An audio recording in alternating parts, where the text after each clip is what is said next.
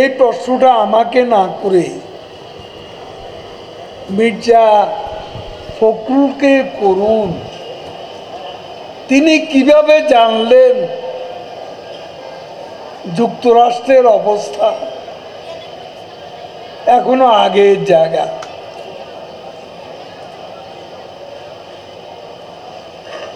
Donald লু, যিনি সহকারী পররাষ্ট্র, তার বক্তব্য কি ফখরুল সাহেব শুনেননি? ফখরুলের প্রশ্নের জবাব মিস্টার ডোনাল্ড লু তার বক্তব্যে পরিষ্কার।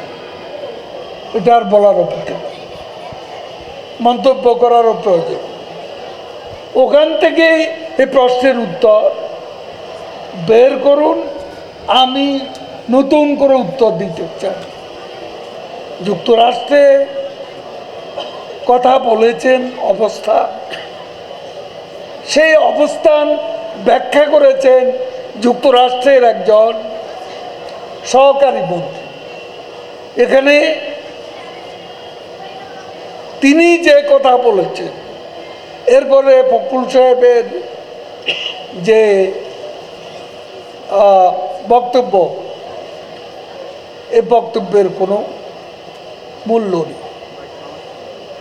সবাইকে ধন্যবাদ। জয় বাংলা, জয় বঙ্গ।